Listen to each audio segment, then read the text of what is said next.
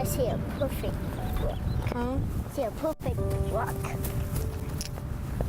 In a field of rocks bearing names and dates, Find him some more?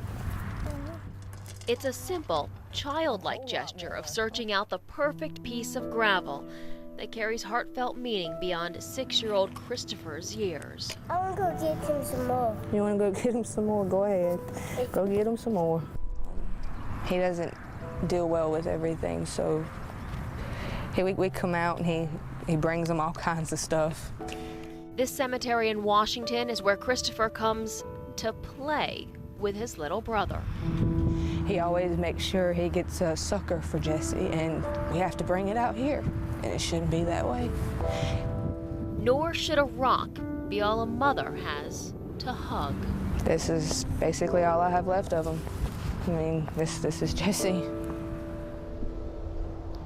But what it can't show is who Jesse was, the 3-year-old blonde-haired boy who loved John Deere, monster trucks, and his big brother, and whose nickname was Chunky Monkey. Because when he was a baby, he was chunky. He was a fat little baby and big cheeks.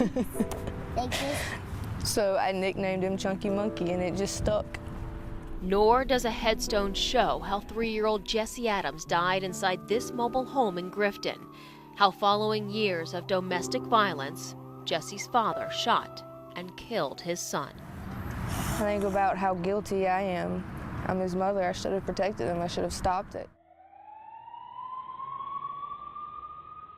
But while she couldn't stop the murder from happening to her little boy, Christy Adams hopes she can help stop it from happening to other families.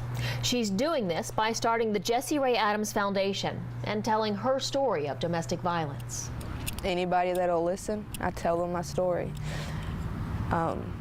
Anybody I can help, I help. Recently, Christy told her story to the crowd at a Victims' Rights Week event in Greenville. And I go out and I speak to high school kids to let them know what anger and hate and bullying and violence can do to people, what the end result is.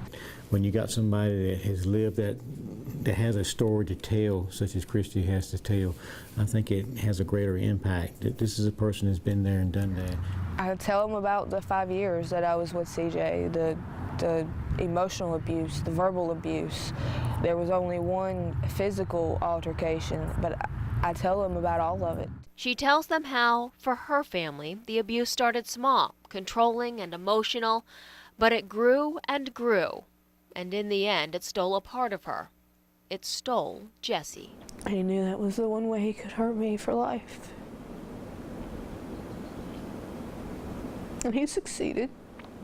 He definitely succeeded. But Christy is succeeding too. A, B, C, D, E, F, G. And for the positive, she is determined to stay strong for Christopher. All right, are we going to play? Come on, we're going to Determined to share her strength with other women fighting domestic violence. We say a letter, and you got to find a letter and get to it before anybody else does. And determined to live every day to the fullest. J. I got it!